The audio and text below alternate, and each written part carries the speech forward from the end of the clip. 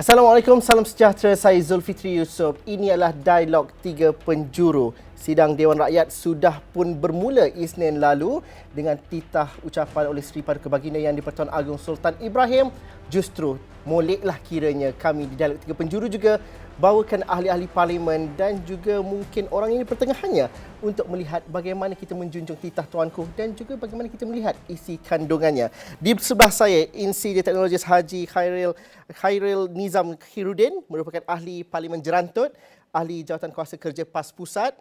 Di sebelah hujung sana dahulu merupakan YBR Yunis Warren, merupakan ahli parlimen Segamat, merupakan juga ahli Majlis Pimpinan Pusat PKR, dan saya tak pasti mungkin kawasan P223, Datuk Seri Dr. Jaharuddin Muhammad Yunus, pengasas Gerakan Rapera dan Pengamal Undang-Undang. Terima kasih kerana sudi bersama kami dalam Dialog Tiga Penjuru pada malam ini.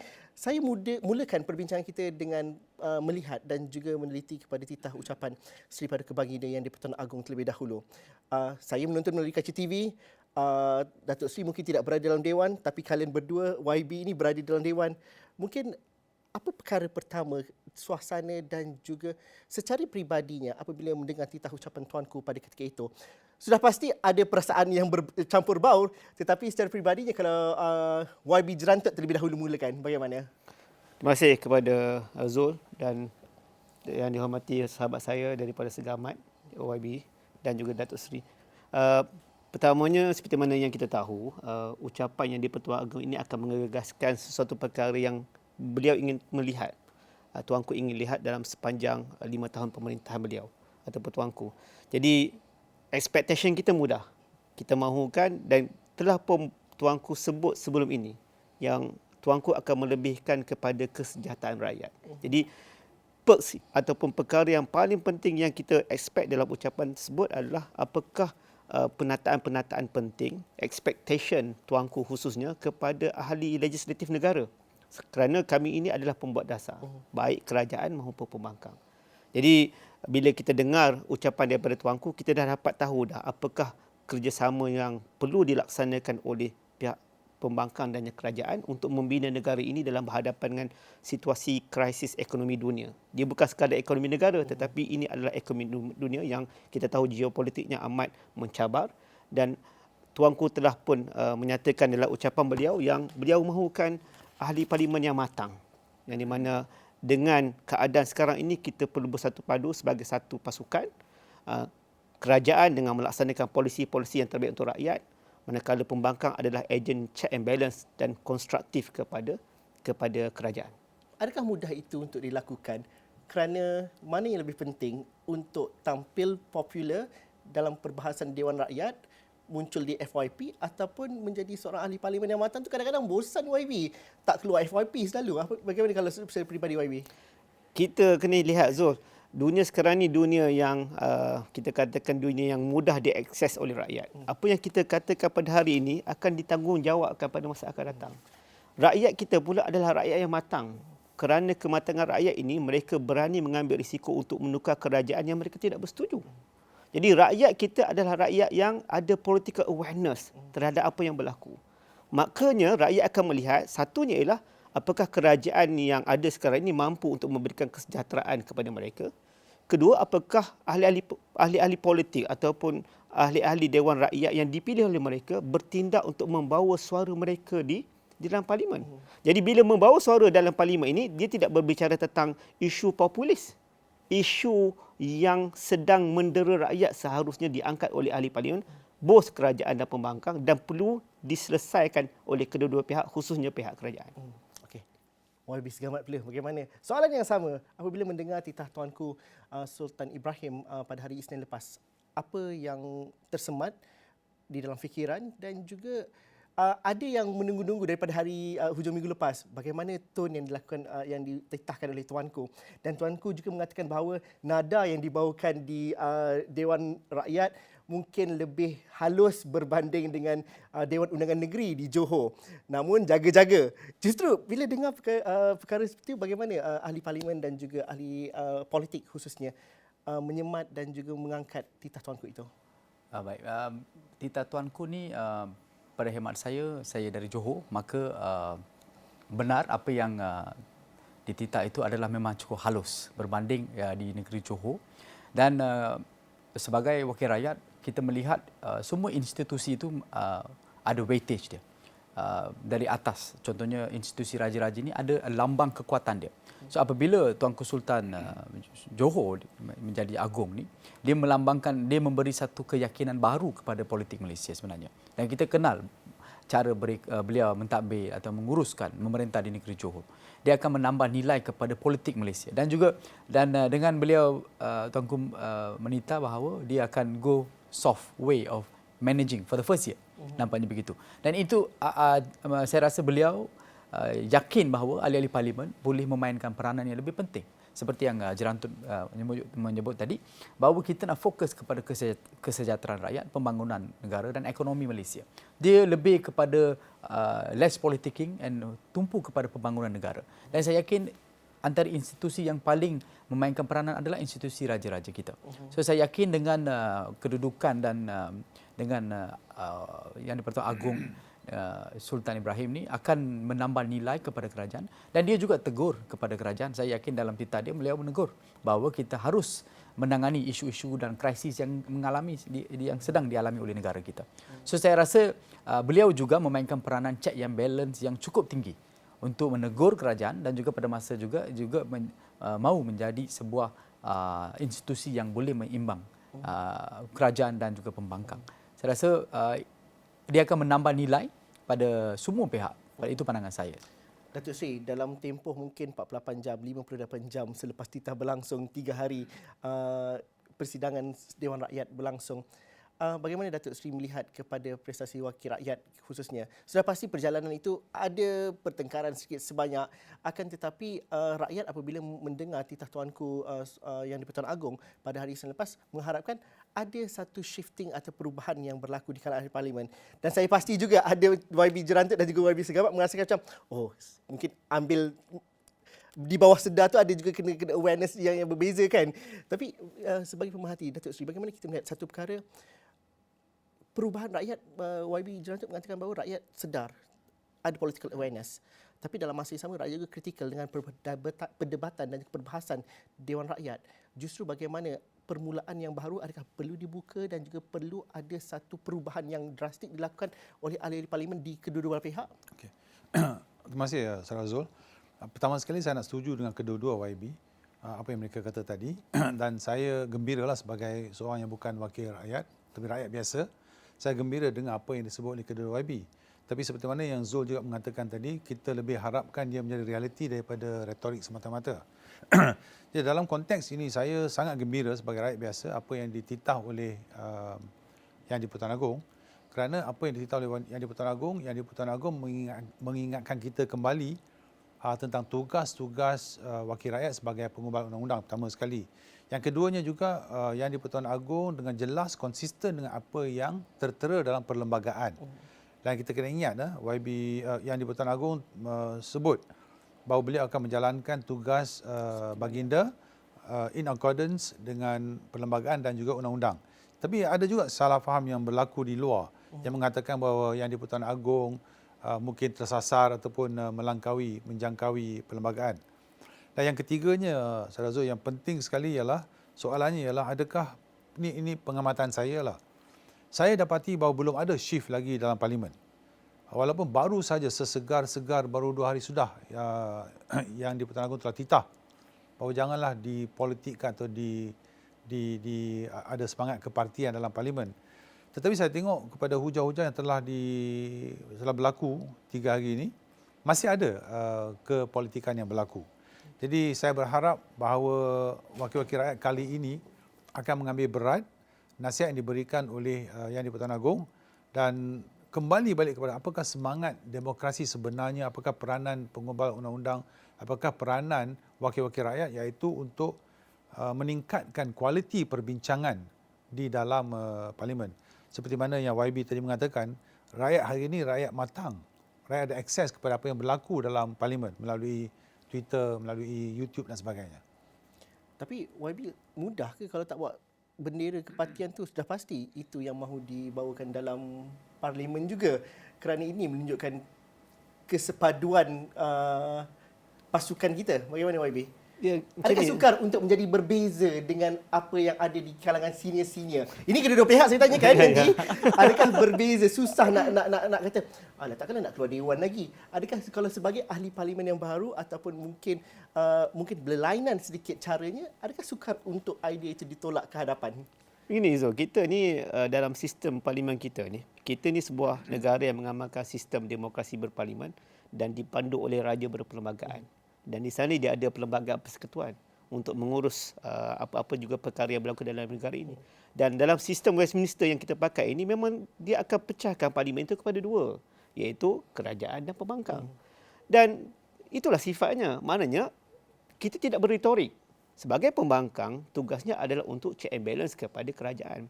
Yang saya yakin orang kebanyakan, termasuk Datuk Seri cakap tadi, mahukan ialah kalau kamu tidak bersetuju dengan polisi yang cuba dibawa oleh kerajaan, apa solution kamu?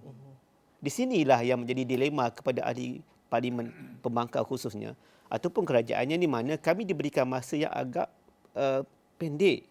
Contohnya perbahasan titah diraja kali ini, kami diberikan 12 minit sahaja. Okay? Kalau you nak deliver all the solution, cadangan, tak cukup 12 minit. Sedangkan kita kena address masalah sebenar rakyat kita di kawasan kita, masalah rakyat secara keseluruhan. Dan di situlah ada ruang di mana di parlimen dia ada jawatan kuasa pilihan khas, kita ada kamar khas, kita boleh bawa usul melalui 18.1. Semua perkara ini boleh kita gunakan. Cuma saya nak katakan asasnya ialah mindset change itu ada.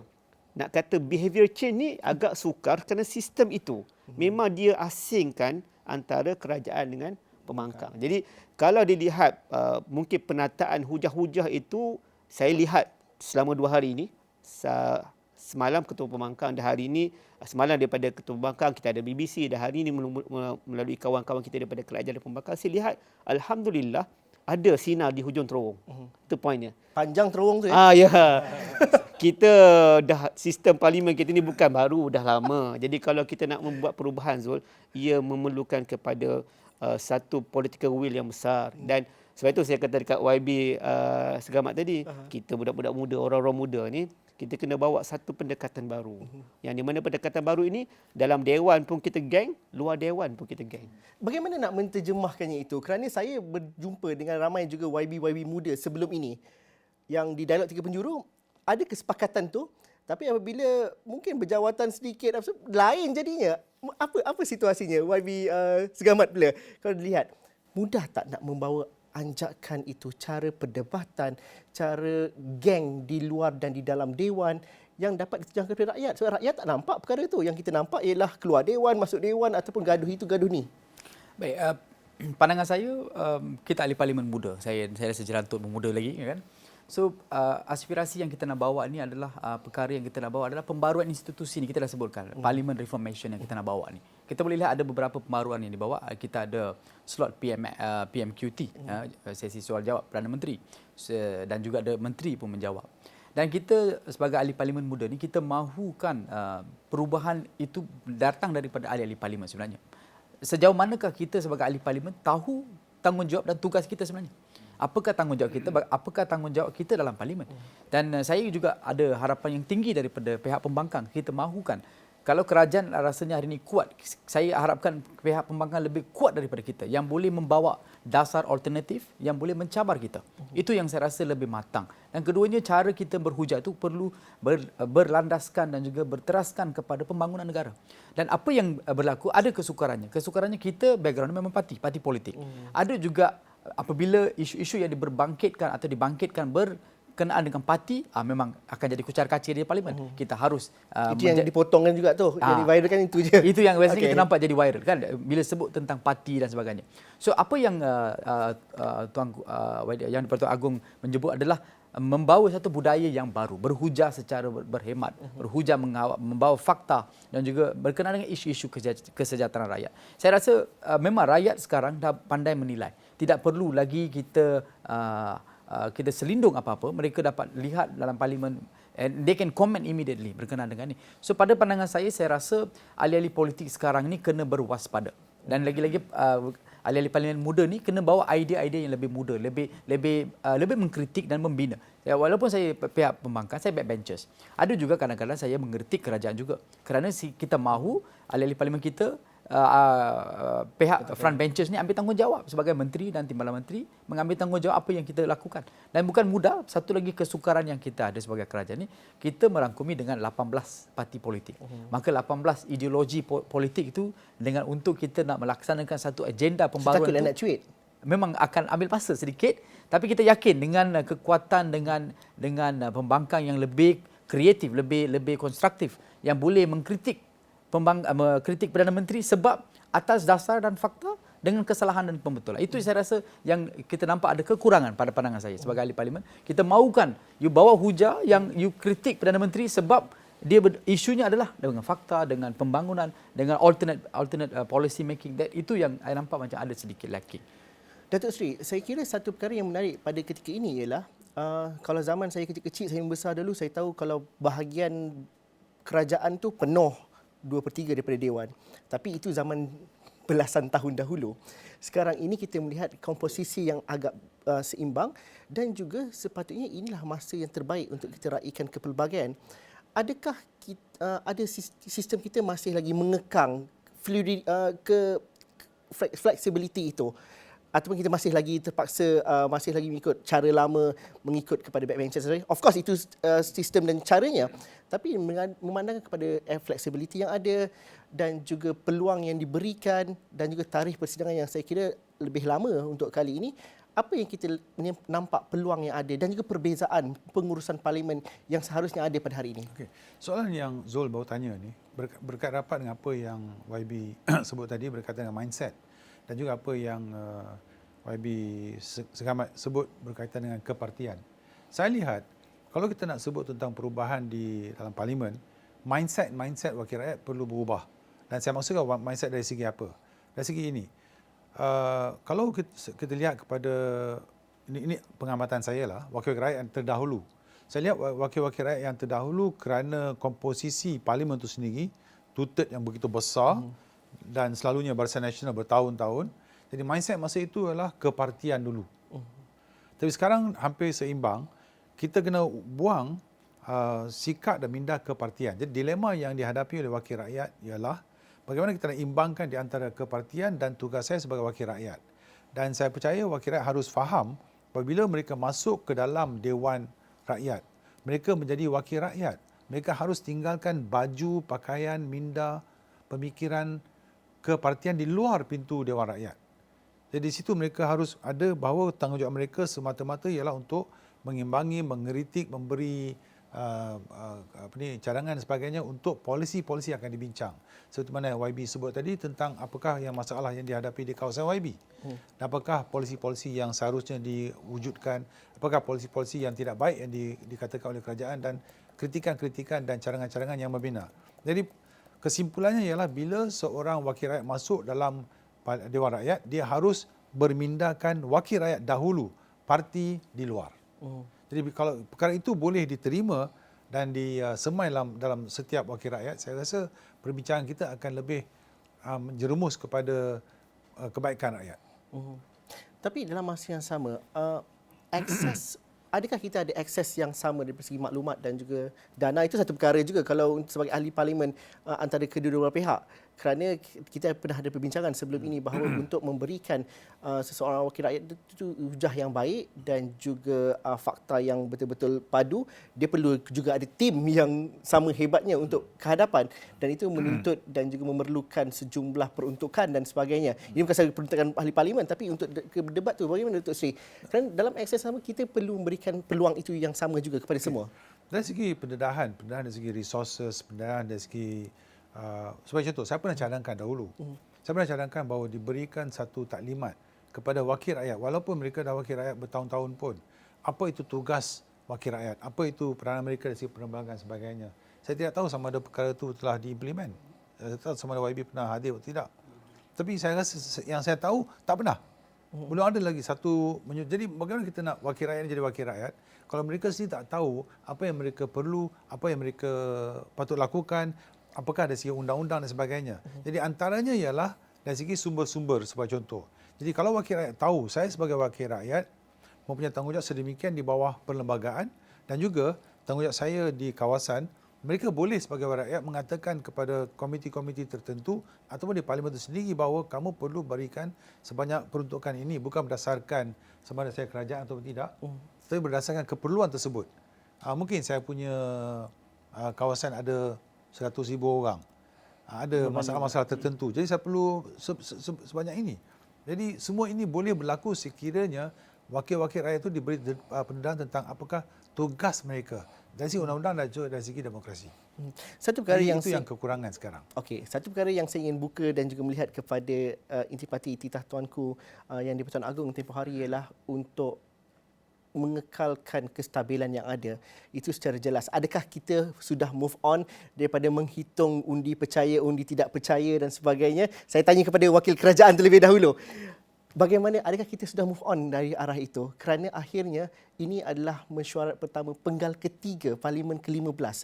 Sudah hampir ke pertengahan untuk kita buat kerja yang sebetul-betulnya. Adakah kita masih lagi nak bercerita mengenai sokongan dan juga undian dan juga bagaimana itu selepas titah ucapan tuanku yang lepas, ahli parlimen sudah betul-betul keluar daripada clear daripada zon yang membelenggu sebelum ini? Baik, berkenaan dengan move on ni, sebenarnya selepas tubuh kerajaan itu pun sebagai wakil kerajaan kita lah move on sebenarnya. Dan ada juga banyak news kat luar di mana sebelum ni pun ada kata akan buat undi tidak percaya dan sebagainya. Tapi benda itu tidak berlaku.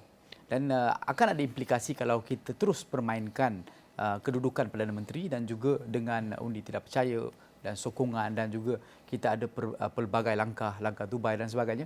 Dan saya rasa dari pihak kerajaan perpaduan telah move on daripada perkara ini. Cuma kita tidak boleh move on daripada mempertahankan apabila perkara ini dibangkit semula. Dan ia juga akan memberi implikasi kepada ekonomi negara dan juga pembangunan dan juga penyatuan masyarakat itu sendiri.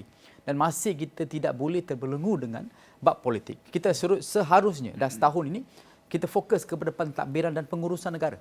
Dan bab politik ini kita ketepikan. Kita tunggu dalam medan pilihan raya akan datang dalam PRU 16. Dan itu juga saya rasa tuanku juga telah menekankan tentang kestabilan politik itu.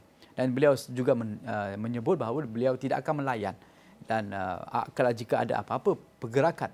Dan mungkin ada yang salah faham seperti yang tadi Datuk Seri kata, mungkin salah tafsir dan sebagainya. Maksud yang dibawa adalah dengan hujah yang lebih kukuh dalam, kalau kita lihat daripada titah yang di-Pertuan Agong, adalah lebih tumpu kepada pembangunan negara dan juga nilai mata wang kita, ekonomi kita, pembangunan masyarakat dan isu-isu yang lama kian yang kita perlu menyelesaikan. Dia lebih kepada kestabilan politik ini bukan sebab kita menidakkan suara pembangkang.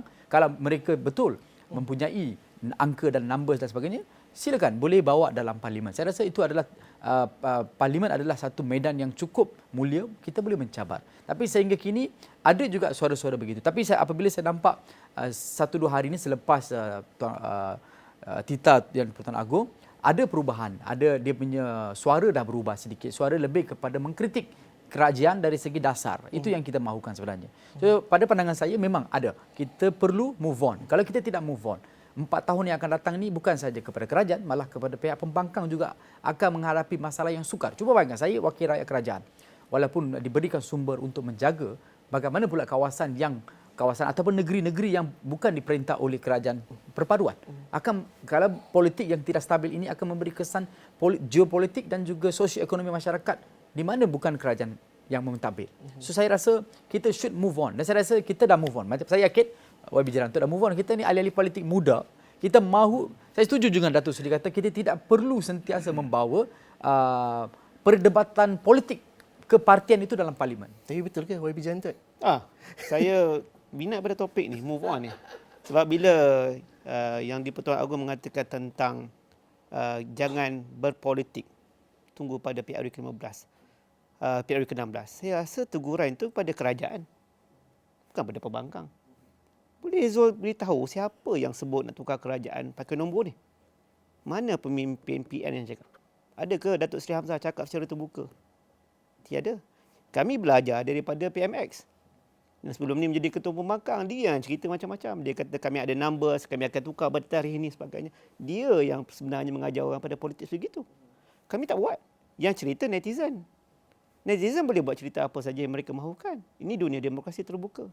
Tapi tidak ada penataan daripada saya sebagai AJK PAS Pusat yang mengatakan, ataupun daripada Tuan Guru Presiden PAS sendiri, ataupun daripada Tan Sri Muhyiddin sendiri mengatakan kita ada numbers nak tukar kerajaan. Yang kita nakkan kepada kerajaan adalah lihat betul-betul masalah rakyat. Kalau betul kerajaan nak move on, kenapa sampai sekarang tidak ada peruntukan kepada ahli parlimen pembangkang? Walaupun sesin. Zero. Tadi saya borak dengan YB Segamat tadi, sebab kita geng, orang muda senang berbicara. Kita tahu berapa peruntukan you dapat.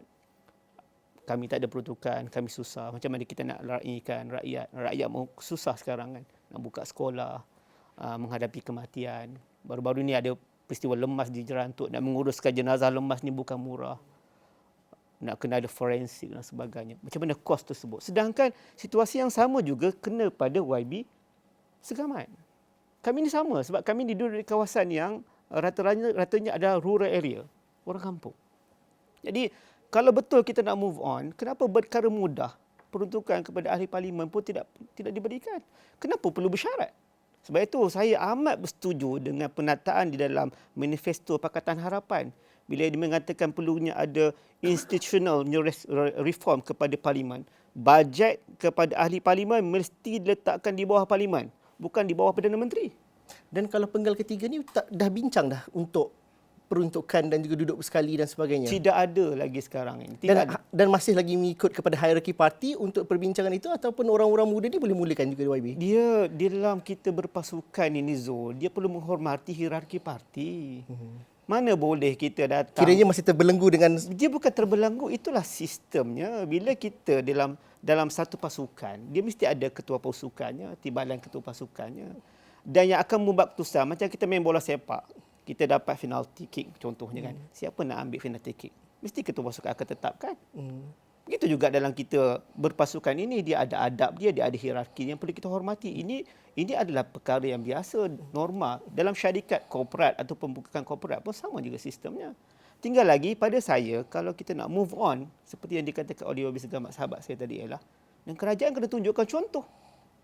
Kenapa tidak tunjukkan contoh? Kenapa tidak dalam ucapan itu bagi meraihkan semangat dan respect kepada titah yang di-Pertuan Agong, maka dengan ini saya akan memberikan peruntukan kepada semua ahli parlimen pembangkang seperti mana dapat pada kawan-kawan di Kelantan. Itu tanpa syarat. Ucapan. Tanpa syarat.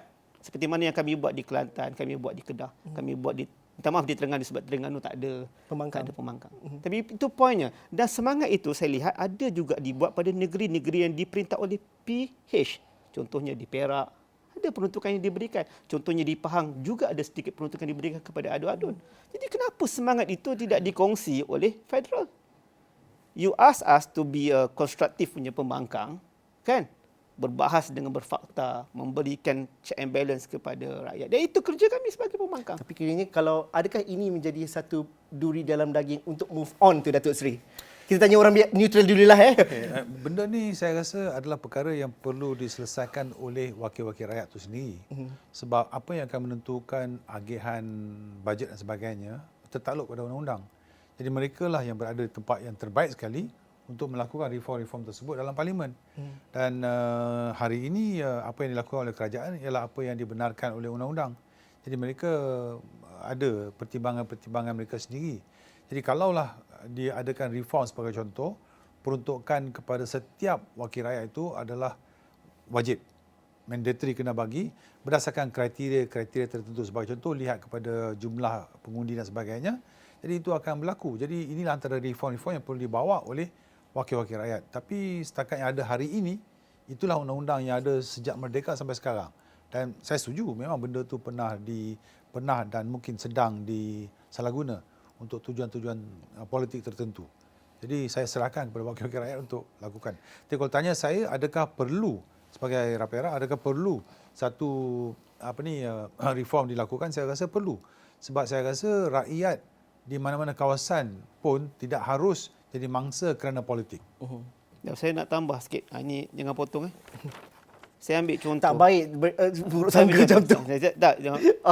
Sebab ini adalah faktanya. Sebab saya nak cerita tentang ahli politik muda ni, kami ni, kami ready untuk move on. beritahu kami akan ready untuk move on. Kalau tidak, takkan kami bertindak aktif dalam jadualkuasa pilihan khas parlimen. Kita aktif.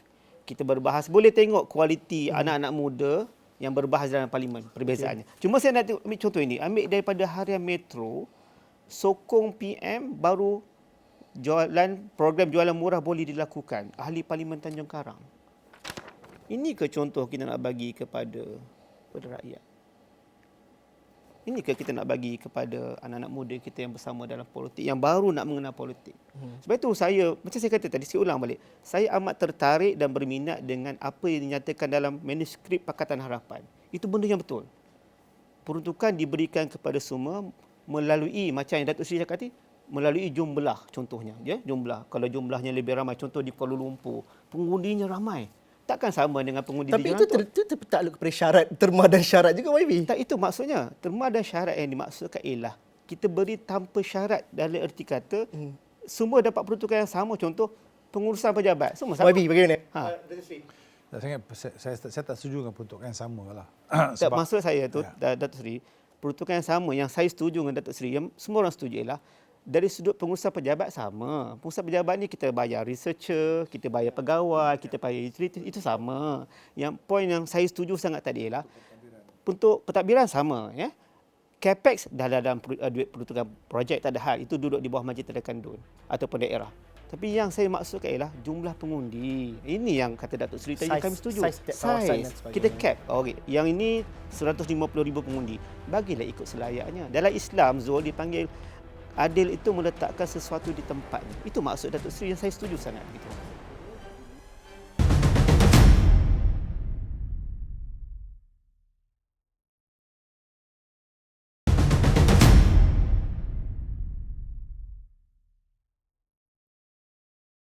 Tadi ada satu poin yang menarik.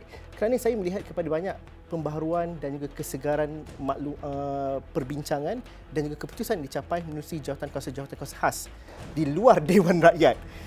Di kamar-kamar khas juga begitu. Kita nampak perbincangan yang berbeza pandangan, berbeza parti, tetapi mencapai satu keputusan dan juga satu ketetapan yang boleh diterima. Oh, ada sesuatu sedang dilakukan. Tapi kenapa kita tak rasakan perkara itu berlaku di Dewan Rakyat? Kenapa kita rasa macam kalau di Dewan Rakyat ini kena bertegang urat, kena bergaduh, kena maki, kena 4-5 telefon kat depan. Tapi kalau di kamar khas tu kadang-kadang saya rasa bila tengok jawatan kuasa khas, bila tengok laporan, oh mereka bincang begini. Oh yang ini ada kepakaran yang itu. YB yang di sebelah sana ada kepakaran ini. Kenapa kita tidak mendengar? Kalau saya tak jadi kerja wartawan, saya pun tak baca laporan jawatan kuasa khas tu. Tapi rakyat menonton di YouTube, bila tengok di Dewan Rakyat tu, bergaduh, bertengkar, dan titah Sultan Ibrahim juga menyebut bahawa kadang-kadang saya pun malu nak masuk ke dalam Dewan yang mulia ini. YB Segamat, kenapa kalau di luar Dewan Rakyat ada yang boleh dicapai, ada perkara yang bagus dapat dicontohi, tapi tak berlaku dalam Dewan Rakyat? Baik.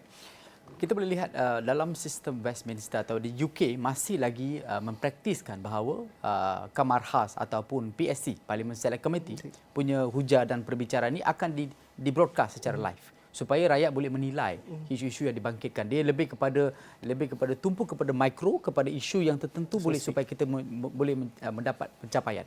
Contohnya ada juga membawa pembaruan di Kamar Khas. Kamar Khas ni perkara yang kita terus tanya menteri jawab dan terus ada jawapan dan cepat kita mendapat jawapannya. So itu yang seperti yang saya kata. Bila masuk dewan, dewan ini bukan lagi dilihat sebagai tempat menggubal, tapi dia lebih kepada pertarungan politik.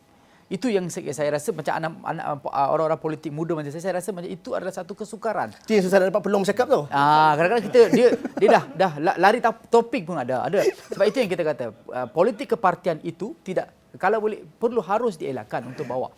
Kalau tidak, saya rasa itulah sebabnya kita wujudkan PSC, kita wujudkan Kamar Khas, supaya lebih tumpu kepada supaya kita boleh menyelesaikan masalah. So pada pandangan saya rasa ada pembaruan di dalam parlimen di bawah, di mana ada juga pelbagai cabang dibuka supaya kita boleh ada dialog dan juga perbincangan dengan menteri, pembangkang, supaya kita boleh, parlimen should be the place mana kita mencari penyelesaian.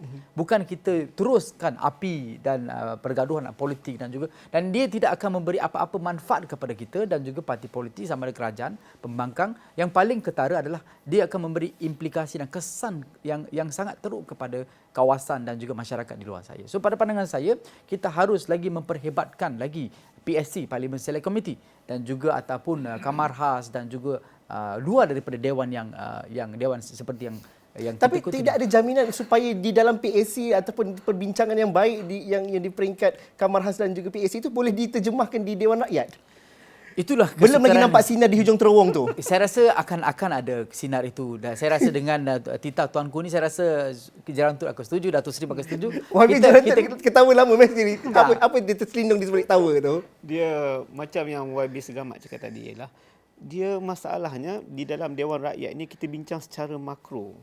Ramai yang ada 222 ahli parlimen yang nak berhujah. Dia tidak sama seperti pembincangan mikro yang tertutup. Dan jatuh kuasa pilihan khas ni dia kecil. Dan pemilihan ahlinya berteraskan juga kepada latar belakang kepakaran. Dan kita boleh menjemput third party untuk datang bagi views di dalam mesyuarat tersebut. Saya teringat, saya pernah bawa usul 18.1 tentang isu My Airline. Kan? Tak kira, isu tu berlaku dan ia melibatkan kepentingan pekerja My Airline dalam 800 ke 1,000 orang. Dan yang paling penting, imej negara yang tercarar kerana isu My Airline. Tapi Masya Allah, dia dapat diselesaikan dengan baik di dalam Kamar Khas dan juga mesyuarat jawatankuasa pilihan khas. Walaupun Tapi tidak ada Dewan Rakyat kan? Saya ingat lagi. Itu saya kata, di Dewan Rakyat ni, isu yang kita bincangkan isu yang melihat kepada kawasan kita. Sebab dia akan jadi isu yang repetitif. Sebab masa YB Segamat berucap, video akan pergi ke dia. Bila saya berucap, kalau saya tak repeat balik apa masalah yang dia cakap, sedangkan masalah yang kena pada YB Segamat di rakyat itu sama seperti yang di Jerantut. Saya setuju. Saya nak celah sikit dengan YB Jerantut. Sebab apabila di bawah isu Kamar Khas tu, 18.1 tu, saya ada dalam tu. Sebab saya bawa soalan tambahan isu My Airline. So apabila menteri menjawab tu, kita nampak sinar dengan tak ada terowong sebenarnya. So kita boleh selesai dah ada, itu yang kita harapkan. Sebenarnya dalam Kamar Khas itu kita bawa isu sebenarnya. Tak ada politik. Sebab Jerantut adalah PAS, saya adalah PKR. Kita tak bawa isu-isu politik. Bila kita bawa common issue yang kita boleh mencari penyelesaian dan timbalan menteri menjawab apa dia dan juga follow up dan juga. So itu yang kita harapkan. Mikro yang secara besar hujah dasarnya adalah suara-suara tak nampak. Kalau kita tak sambung seperti yang disebut oleh Jerantut tadi, kalau kita tak sambung apa yang kita hujah tu, mungkin rakyat tidak nampak penyelesaian. Saya rasa Kamar Khas ni tiada terowong. Tapi Jerantut dengan Segamat susah dapat ruang dekat dalam Dewan Rakyat kan?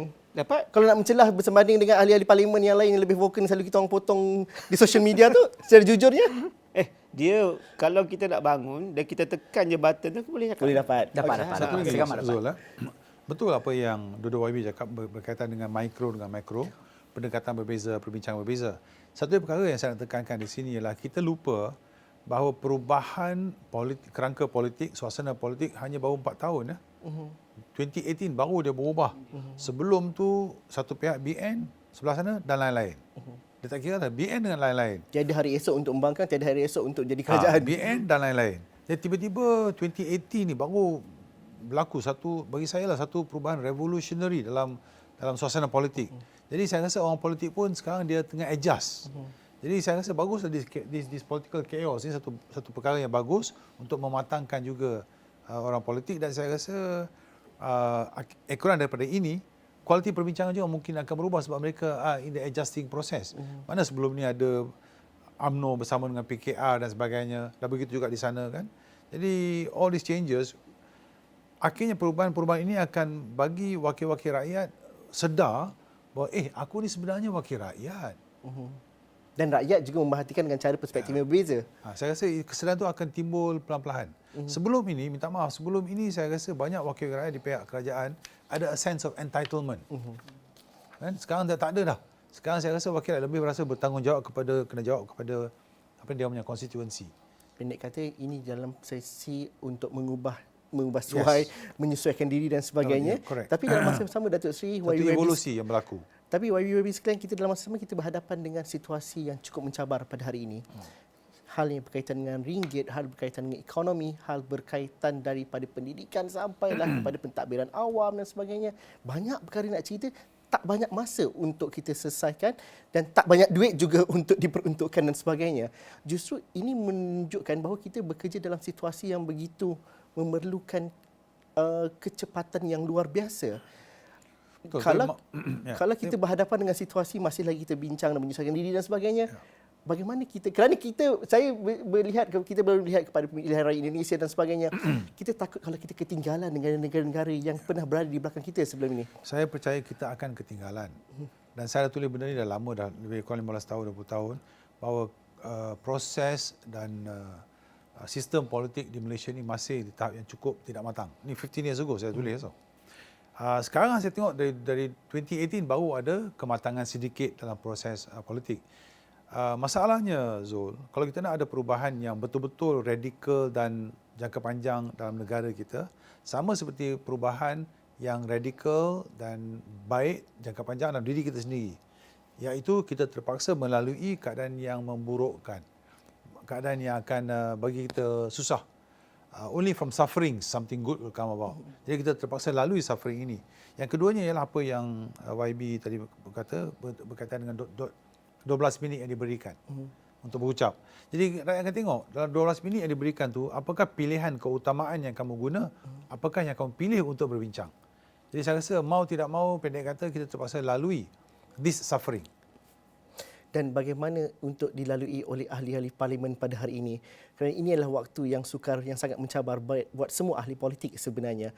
Jadi kalau diletakkan kepentingan negara dan juga kepentingan rakyat, itu yang pertama, kadang-kadang tidak mudah untuk menungkah arus, tidak mudah juga untuk keluar daripada kebiasaan norma politik yang biasa. Bagaimana rakyat mungkin akan lihat, mungkin ada YB muda ataupun lebih banyak lagi diskusi seperti itu. Bagaimana kita nak ada perkara itu, YB? Alhamdulillah di peringkat Perikatan Nasional kita telah mewujudkan jawatankuasa portfolio, aka shadow cabinet lah kata orang. Tapi tak sama dalam sistem minister kalau shadow cabinet ini diberikan peruntukan. Ini portfolio. Kenapa Zul? Untuk memastikan ahli parlimen ini dilihat memfokus kepada kementerian-kementerian dan menjadi agent check and balance kepada kementerian.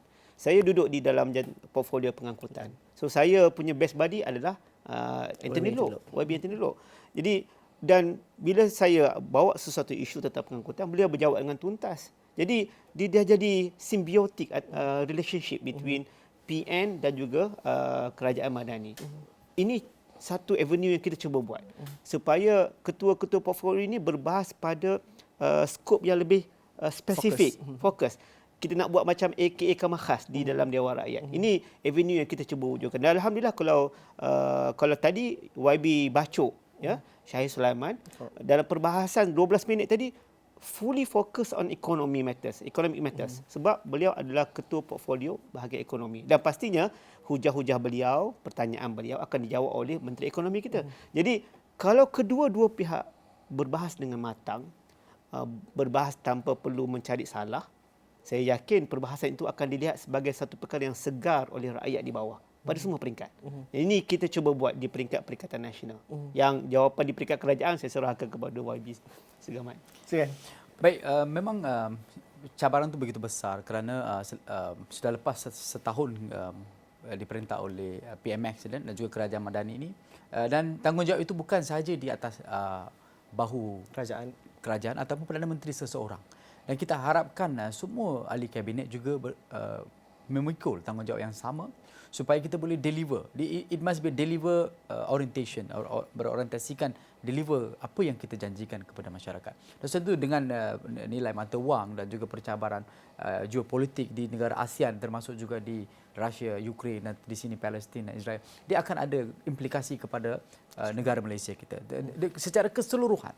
Tapi saya yakin tiada mana-mana kerajaan atau pemimpin duduk diam dan melihat dan biarkan negara itu binasa. Dan itu bukanlah budaya ataupun kerajaan sekarang. Kerajaan sekarang mengambil tanggungjawab penuh.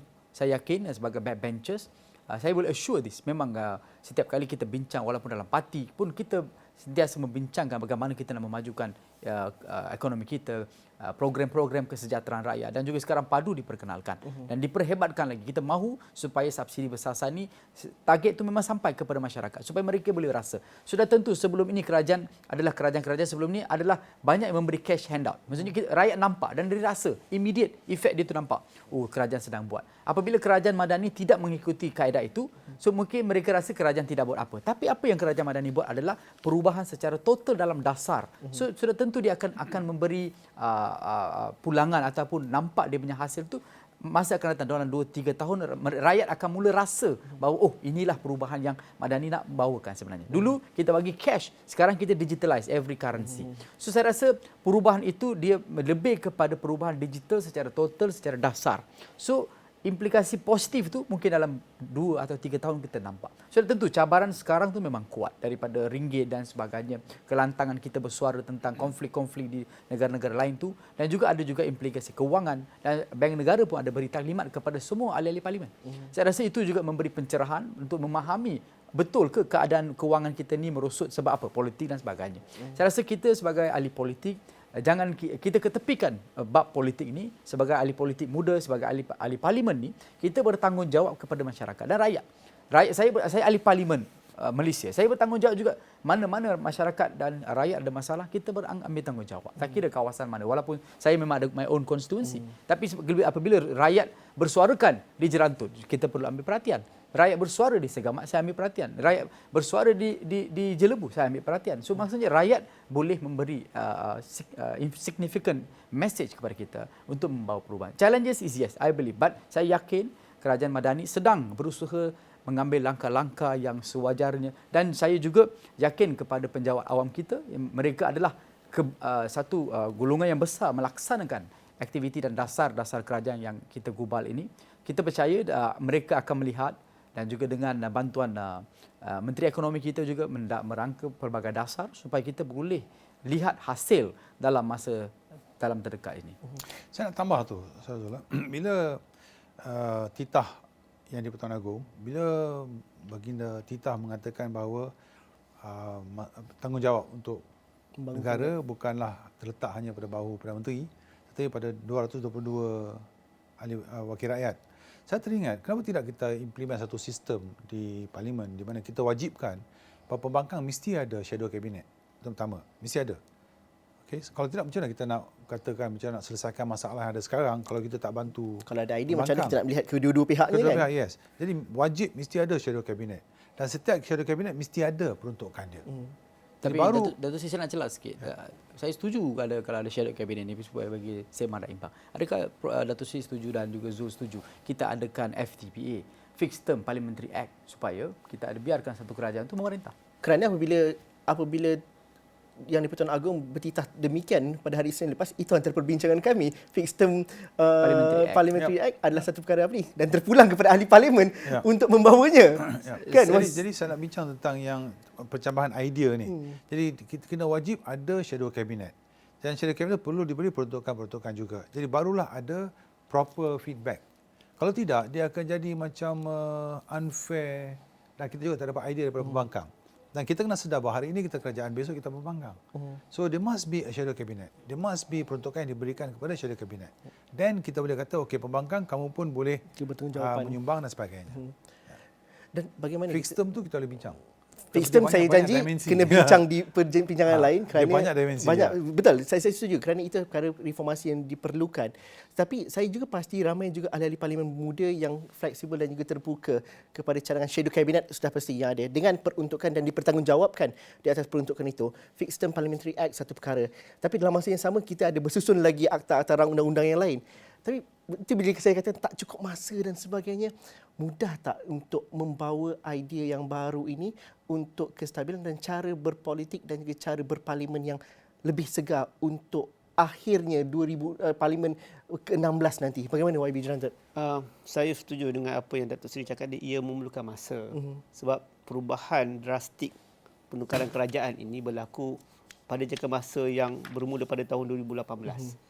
So it takes time untuk buat mindset and behavior change ni. Rakyat di luar sana melihat kepentingan untuk kami ini, kita ni bertindak sebagai ahli parlimen. Tetapi ada juga rakyat di sana yang mahukan ahli parlimennya berada di kawasan. Itu dilemanya. Ya. Kita tak sama macam sistem Westminster yang lain. Yang ahli parlimennya duduk di dewan sahaja. Membincangkan dengan tuntas, dengan komprehensif setiap usul-usul yang akan atau perundang-undang yang nak dibawa oleh kerajaan.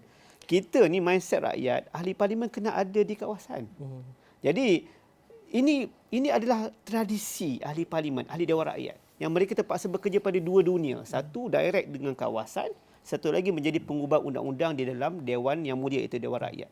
Jadi perubahan itulah yang kita butuhkan masa. Sebab rakyat mahukan mereka ahli parlimen ni ada di kawasan. Kalau kita panjangkan sidang, contohnya saya ambil mudah, paling mudah ya. Sidang pada kali ini untuk Muktamar Zul akan makan 2 minggu ke 3 minggu bulan Ramadan. Ya. Sedangkan bulan Ramadan ini adalah bulan untuk kita orang kata puasa. Tak memang berinteraksi. Bila kata berkubu, bahasa politiknya kita Berkubu mesti berkubu di kawasan. Bayangkan kalau kami bersidang daripada pagi sampailah ke petang, kalau saya mungkinlah boleh akses ke Jerantut dalam 3 jam. Dalam 3 jam daripada KL.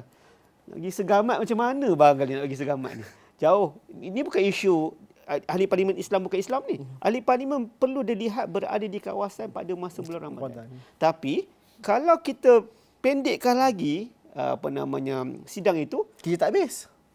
apa yang kita nak bahaskan? Kita ada 222 orang yang 2/3 daripadanya boleh berbahas. 1/3 kena menjawab soalan, itu para menteri. Jadi masa pastilah diberikan cukup ample time untuk kita berbahas. Yang sekarang 12 minit ni pun akan ada cadangan usul daripada pihak menteri untuk memanjangkan. Contoh macam hari ini, tidak ada rehat kepada ahli parlimen. Daripada pukul 10 sampai pukul 7, non-stop. Jadi itu dilema kepada ahli parlimen. Jadi sebab itu pada pendapat saya Zul, pendidikan harus diberikan kepada peringkat sekolah lagi. Tentang sistem demokrasi berparlimen dan raja berperlembagaan ini perlu diterapkan. Bukan sekadar hanya baca rukun negara sahaja setiap pagi masa perhimpunan. No. Dia perlu apa pendetailan kepada rukun negara ini. Isinya. Ya, isinya supaya rakyat kita ni lebih ada pemahaman kepada sistem demokrasi negara, supaya mereka ini kalau boleh, bila kita tanya awak nak jadi apa? Anak saya nak jadi ahli politik. Sebab apa? Sebab saya nak buat polisi untuk rakyat. Ke tahap itu, maknanya anak-anak kecil lagi telah dididik supaya mereka mahu jadi pemimpin negara untuk membuat polisi-polisi yang baik. Tapi setakat ini literaturnya tidak nampak sebegitu. Maksudnya kalau polisi dan juga pemahaman pendidikan itu sudah baik, tidaklah orang-orang di kawasan marah kalau YB-nya tak balik buka puasa Macam ketika tu. parlimen. Okey. YB jawab bagaimana pula kalau kita nak lihat pembaru masa tak cukup. Banyak benda nak buat. Adjustment dilakukan. Tapi dalam masa sama bagaimana untuk bekerja 3, 4, 5, 6 kali ganda daripada biasanya? Sebelum tu saya setuju dengan Jerantut supaya saya akan cadangkan kepada speaker pada tahun akan datang supaya elaklah bersidang pada waktu Ramadan. Perlu kita dan supaya ahli parlimen ini boleh luangkan masa di kawasan dan juga yang menunaikan ibadah puasa mereka. Dan berkenaan dengan masa ni is very true. Saya agree sangat. Seperti yang saya sebut tadi, kita tahu cabaran kita adalah masa sekarang dan kita kurang berpolitik ataupun elakkan berpolitik bertikam atas platform politik, tapi kita lebih kepada dasar polisi dan pembangunan dan juga memberi idea-idea. Dan saya harapkan seperti yang saya sebut tadi, saya mahu lihat pembangkang yang lebih kuat daripada kerajaan yang boleh mengkritik atas kesalahan dasar, bukan sebab ahli politik itu salah. Bawa isu-isu politik dalam dewan, itu yang ambil masa. Walaupun tadi ada juga yang Jerantut memberi contoh-contoh di mana ada ahli parlimen yang menunaikan masa 12 minit itu menggunakan dengan secara hemat, deliver the best speech dengan isu kawasan, national dengan state, boleh deliver. Kalau 12 minit, saya rasa sebelum tu penggal pertama kita masuk, saya rasa 7 minit. Memang tak adil lah, saya pun tak setuju. Sebab isu di kawasan Segamat tu banyak isu yang kita bawa. So maka kita tahu masa itu adalah satu cabaran. Saya rasa sebagai dalam konteks negara ni sekarang, semua ahli politik kena ada semangat kenegaraan. You must have a statesmanship spirit. Dengan nilai yang begitu, saya rasa kita mencapai, semua dapat mencapai. Dan saya harapkan kita mahukan pembangkang yang lebih memberi konstruktif idea yang boleh membina, dan juga shadow cabinet itu saya sangat setuju, terima. Kita mahukan ada something yang boleh memberi konstruktif. So saya setuju. Cabaran adalah masa, dan kalau kita kurangkan berpolitik dan kita tumpukan pentadbiran, tumpukan pengurusan tata kelola negara, dan saya rasa dan kerjasama antara pembangkang ahli-ahli parlimen dan backbenchers dan ada Parliament Select Committee dan Kamar Khas dan juga pentadbiran kerajaan, kalau masing-masing kita tumpukan dalam pembangunan negara dan juga tumpu kepada menyelesaikan isu dan masalah, maka masa itu bukan lagi cabaran kita. Saya rasa itu adalah kita mampu mencapai kejayaan. Tapi masa sentiasa menjadi cabaran untuk rancangan seperti ini juga. Kerana saya berbaki 2 minit lebih kurang, saya berikan itu kepada Datuk Seri. Datuk Seri, harapan kita juga sebagai rakyat kepada 222 ahli parlimen ini pada penghujung bulan depan bukanlah penamat semuanya, tapi kita mahukan ada pembaharuan yang dilakukan oleh mereka semudah daripada cara berdebat dan juga cara untuk berinteraksi antara kedua-dua belah pihak dan isu itu dilontarkan. Datuk Seri, bagaimana kita mengharapkan, apa KPI yang kita perlu letakkan kepada ahli-ahli politik ini? Okey, saya rasa kita ambil iktibar daripada titah baginda Yang di-Pertuan Agong. Sebab Yang di-Pertuan Agong telah pun letakkan garisan kat situ. Yang pertamanya ialah kita daulatkan dan ikut perlembagaan. Yang keduanya jangan berpolitik di dalam Dewan Rakyat. Yang ketiganya sentiasa ingat kesejahteraan rakyat, polisi-polisi yang boleh yang positif kepada rakyat. Dan yang keempatnya ialah kesemua 222 wakil rakyat haruslah berusaha untuk negara. I think itu KPI dia. Itu panduan dia. Itu panduannya dan itu juga cara kita untuk menilai dengan panduan yang sebaiknya juga. Kerana kadang-kadang kita pun terpesong juga kepada minat kita masing-masing kan. Terima kasih YYB sekalian. Terima kasih Datuk Seri kerana sudah bersama kami pada malam ini. Terima kasih kepada anda yang menonton. Sekian saja Dialog Tiga Penjuru. Ini kami bawakan di minggu pertama Dewan Rakyat. Kalau ada isu lagi minggu depan, kami follow up lagi juga di Dialog Tiga Penjuru. Sekian saja. Assalamualaikum dan salam sejahtera. Kita jumpa lagi.